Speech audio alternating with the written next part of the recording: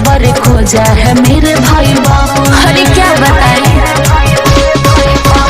हाल मेरा बुरा पूरा कर दिया आपने। क्या खबर खोजा है मेरे भाई बाबू ने।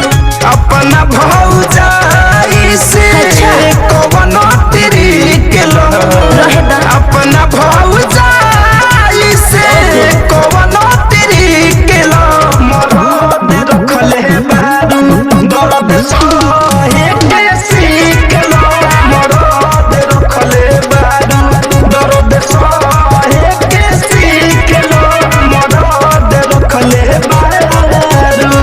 अरे कम से कम हमरो बात मान लेवल करा।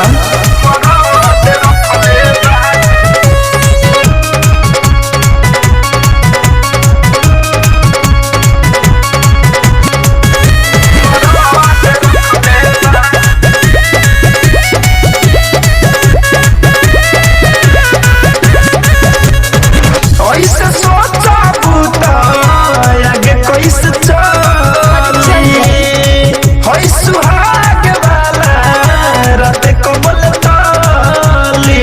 अरे तोहके तो खाली उके लौकेला। अरे तो क्या कहियो के रोहेला ना दया अपना धनिया पे।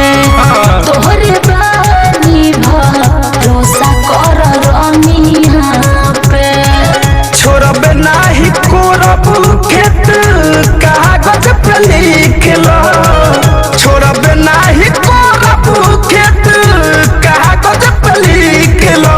मरद रखले बारू दर्द सहे के सीख लो, मरद रखले बारू दर्द सहे के सीख लो, मरद रखले बारू।